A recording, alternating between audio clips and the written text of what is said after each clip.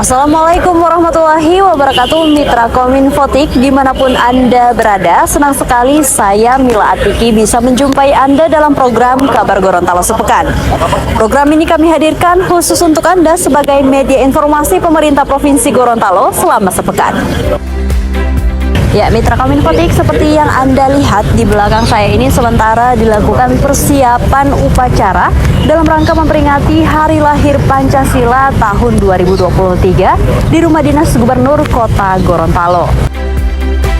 Upacara ini akan dipimpin langsung oleh penjabat Gubernur Gorontalo Ismail Pakaya dan diikuti oleh jajaran pemerintah Provinsi Gorontalo, unsur TNI Polri juga siswa sekolah. Dalam Kabar Gorontalo Sepekan, mari kita ikuti rangkaian upacara hari ini.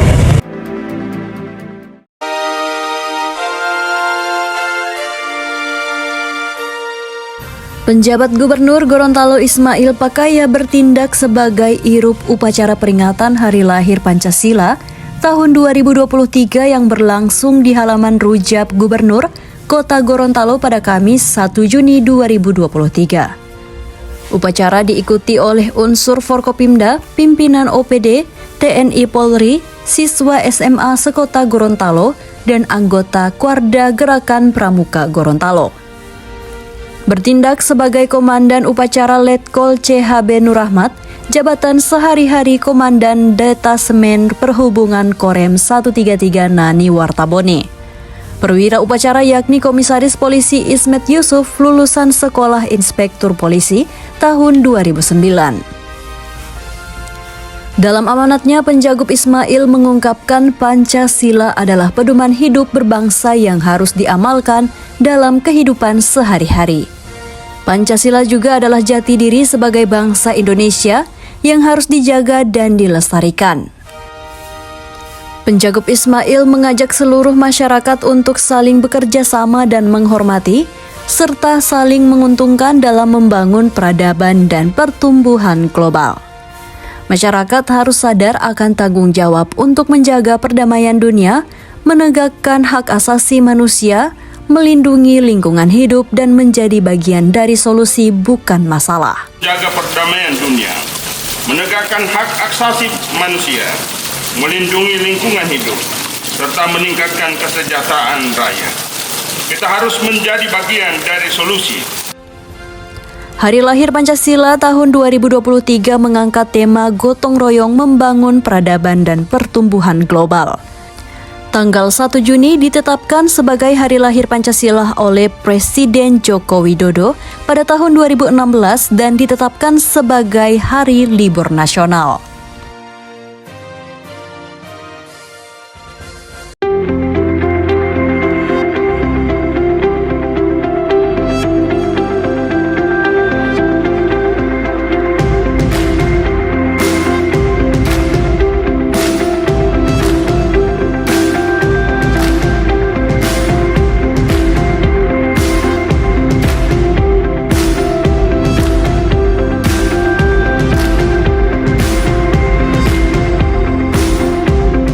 Ya, Mitra Kominfotik, seperti yang bisa Anda lihat di belakang saya ini ada beberapa peserta upacara yang terdiri dari aparatur sipil negara mengenakan pakaian adat dari berbagai daerah di Indonesia.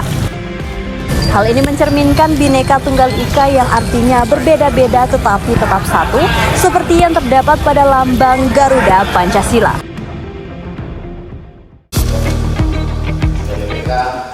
Menyimpulkan bahwa opini atas laporan keuangan pemerintah Provinsi Gorontalo tahun anggaran 2022 adalah wajar tanpa pengecualian.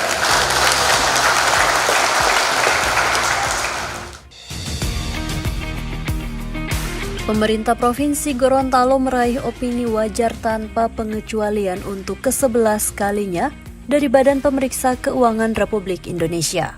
Perolehan opini WTP yang ke-11 kali itu disampaikan oleh anggota 6 BPK Republik Indonesia, Pius Lustrilanang, pada sidang paripurna DPRD ke-101 Senin 29 Mei 2023. Pencapaian opini WTP ini menunjukkan komitmen pemerintah Provinsi Gorontalo terhadap kualitas laporan keuangan yang dihasilkan.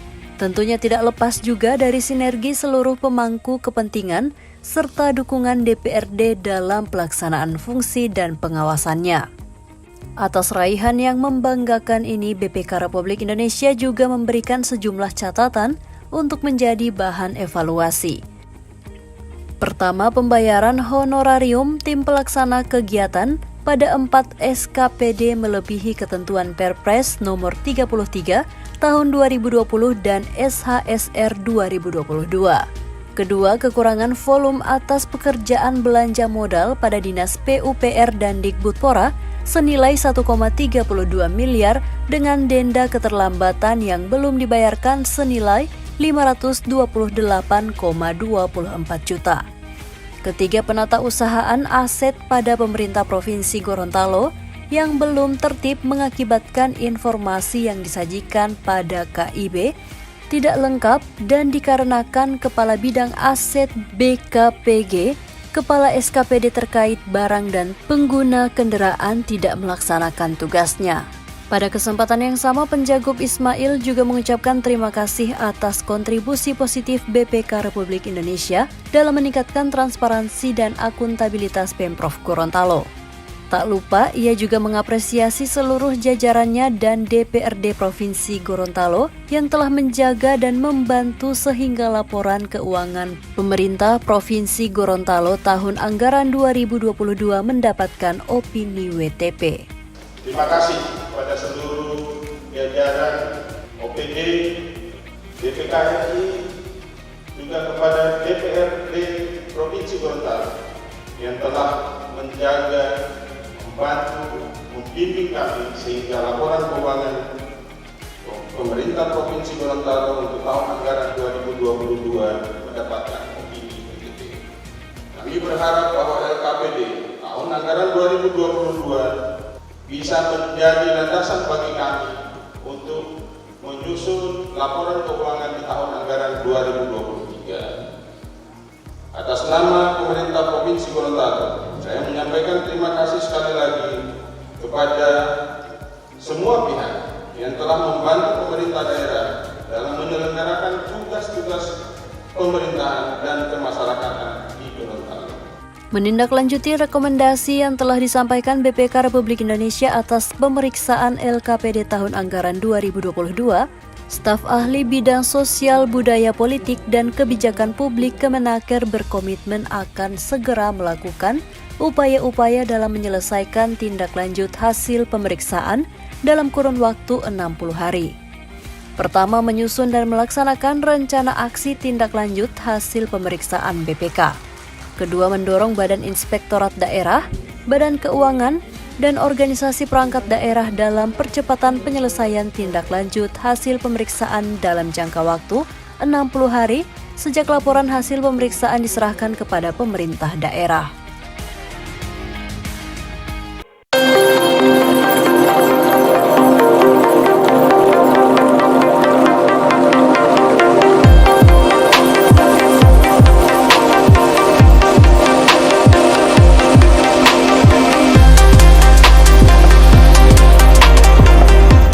Kominfotik, peringatan Hari Lahir Pancasila pada tanggal 1 Juni ini ditetapkan oleh Presiden Joko Widodo pada tahun 2016. Hal ini dilakukan oleh Presiden Joko Widodo saat memberikan sambutan pada peringatan pidato Bung Karno 1 Juni 1945 yang berlangsung di Bandung, Jawa Barat. Pelaksanaan Gorontalo Karnaval Karao tahun 2023 siap kembali meramaikan daerah dengan berbagai kegiatan. Perhelatan yang melalui kurasi dan ditetapkan sebagai 100 Karisma Event Nusantara, Kementerian Pariwisata dan Ekonomi Kreatif tahun 2023 ini akan digelar pada tanggal 11 hingga 13 Agustus mendatang. Mengusung tema Gorontalo Hospitality Local Pride for Global Tourism, Gorontalo Karnaval Karao diluncurkan oleh penjabat Gubernur Gorontalo Ismail Pakaya bertempat di Safa Beach Kabi Labone pada Rabu 31 Mei 2023. 3, 2, 1.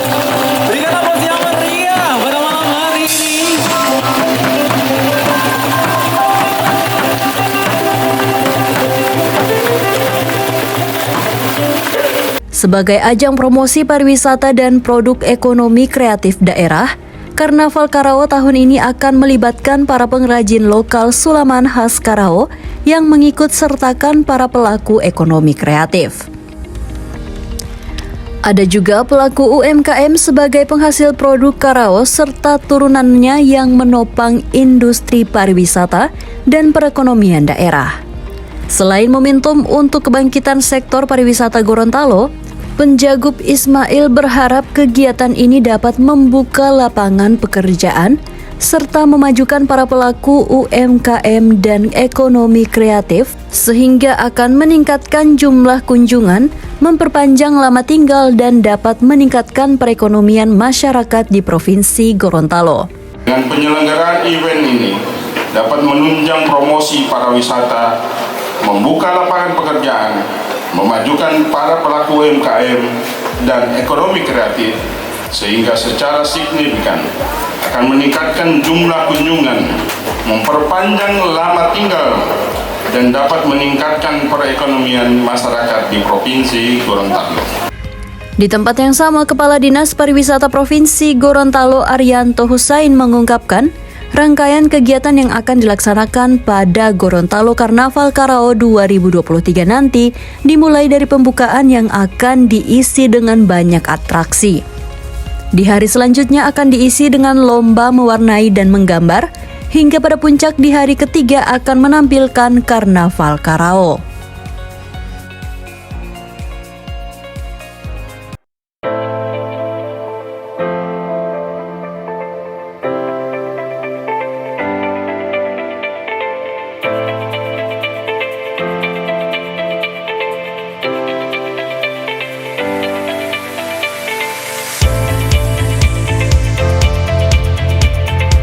Ya, Mitra Kominfotik, Hari Lahir Pancasila tahun 2023 mengangkat tema Gotong Royong, Membangun Peradaban dan Pertumbuhan Global. Tema ini mengingatkan kita bahwa kita tidak hidup sendiri, melainkan juga hidup dengan bangsa-bangsa lain di dunia.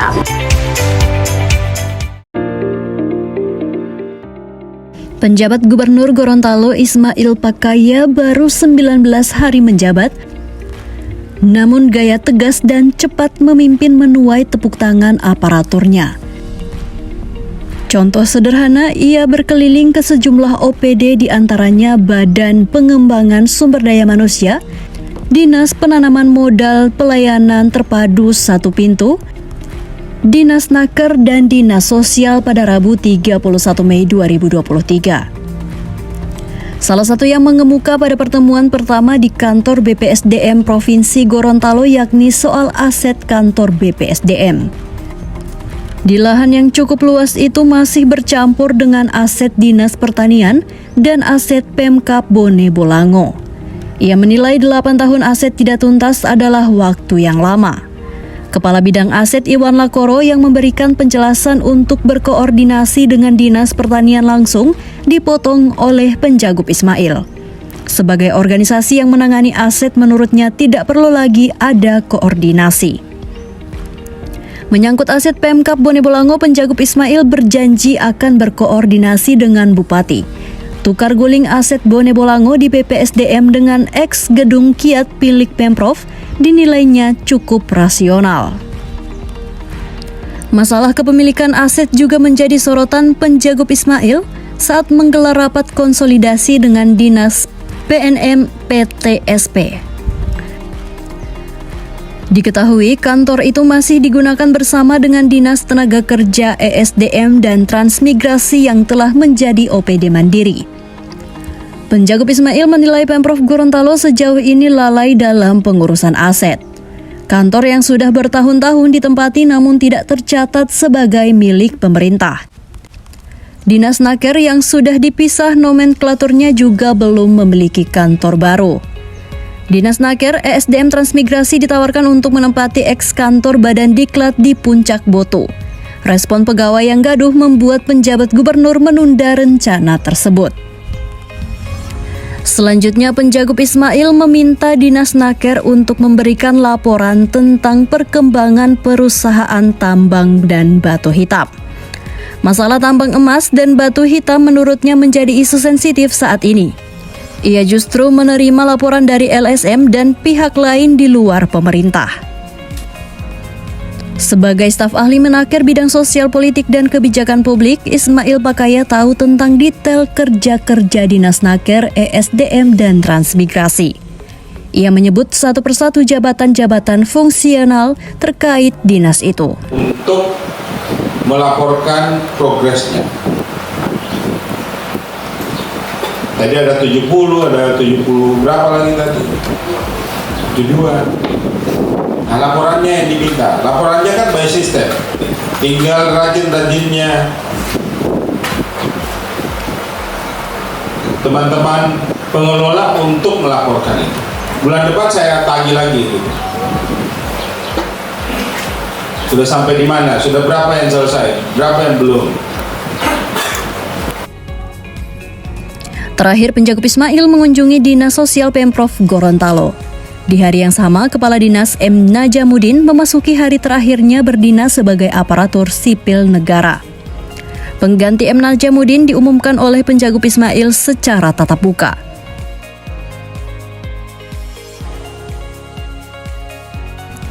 Ia menunjuk staf ahli bidang perekonomian, keuangan, dan pembangunan Iswanta sebagai pelaksana tugas sambil menunggu lelang jabatan selesai. Panitia sudah menyiapkan serah terima jabatan dari M. Najamuddin ke Iswanta. Rencana itu tidak diiyakan Penjagop karena menilai Najamuddin masih menjabat hingga pukul dini hari. Rapat konsolidasi diwarnai dengan pemberian cenderamata dari pegawai dinas sosial kepada Najamuddin. Bingkisan ini sebagai bentuk ucapan terima kasih atas penghargaan dari anak buahnya.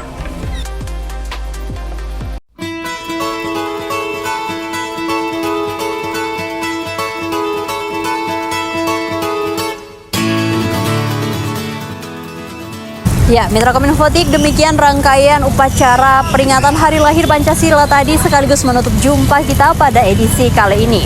Mari kita tunjukkan kepada dunia bahwa Indonesia adalah bangsa yang berpancasila, bangsa yang bermartabat, berdaya saing, dan berkepribadian. Saya Milati dan tim undur diri. Assalamualaikum warahmatullahi wabarakatuh dan sampai jumpa.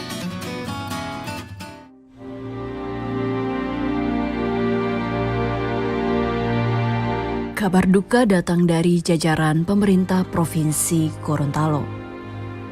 Asisten 3 Bidang Administrasi Umum Sultan Rusdi wafat di Rumah Sakit Ali Sabu, Kota Gorontalo pada Kamis 1 Juni 2023. Kepergian Sultan Rusdi membuat jajaran Pemprov berduka, tidak terkecuali penjabat Gubernur Gorontalo Ismail Pakaya.